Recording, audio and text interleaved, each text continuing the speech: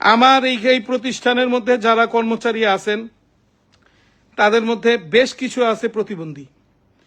এই কারো কান নাই, কেউ কথা বলতে পারে না, কেউ কানে কম শুনে, কারো হাতে সমস্যা আছে, কেউ আছে মা মেয়ে একসাথে চাকরি করে, কেউ আছে মা বাবা ভাই বোন একসাথে চাকরি করে।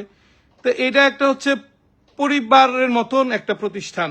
এই প্রতিষ্ঠানে তাদের ডিউটি টাইম কখনো তারা ফোকাস করে না, তাদের কাজটা শেষ করতে হবে। কারণ আমার এইখানে যাদেরকে চাকরি দেওয়া হয় এরা সকালবেলা এখানে আসার পরে তার পুরো পরিবারই তো এইখানে, সে বাসায় যাওয়ার টেন্ডেন্সি তার থাকবে কিভাবে? তার পুরো পরিবারটাই তো এখানে।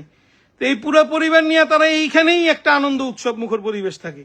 প্রায় সময়ই আমি এখানে বৈশাখ খাবার চাইয়া আমার খাবার নিয়ে এখানে খাই। তো যেই খাবারটা আমি খাই সেই খাবারটা তাকে খাওয়াই। তো তার কি এই কোম্পানির জন্য ভালোবাসা থাকবে না? তো কি পাশের বাড়ির অন্য মহিলার থাকবে? 105 জন 105 জন সম্পূর্ণ মহিলা, ওখানে পুরুষ ঢোকা নিষেধ। ওখানে টাইমে টাইমে নামাজ পড়া হয়, দুপুরে খাবার দেন, বিকালে নাস্তা দেন না?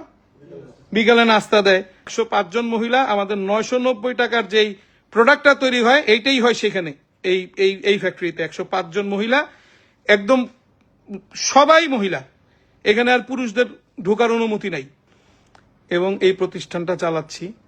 এই প্রতিষ্ঠানের লভ্যাংশ সব মানুষের কাছে আমরা, গরিব অসহায় দুঃখী মানুষদের কাছে আমরা বিতরণ করতেছি। কিছুদিন আগ পর্যন্ত আমরা বিতরণ করছি, এখন আমরা এইটার টাকা জমানো শুরু করছি। যেহেতু আপনারা সকলেই জানেন শহীদ ওসমান হাদির নামে আমরা একটা হসপিটাল করব, যেই হসপিটাল করার উদ্দেশ্যে আমরা এই টাকাগুলো এখন জমা করতেছি। কারণ আমরা বিগত দিনে যেভাবে অনুদান দিছি, সেই অনুদানে 1 লাখ টাকা একজনকে দিছি, সে কক্সবাজার বাড়িতে গেছে, ইন্ডিয়া বাড়িতে গেছে, তারপরে শেষ।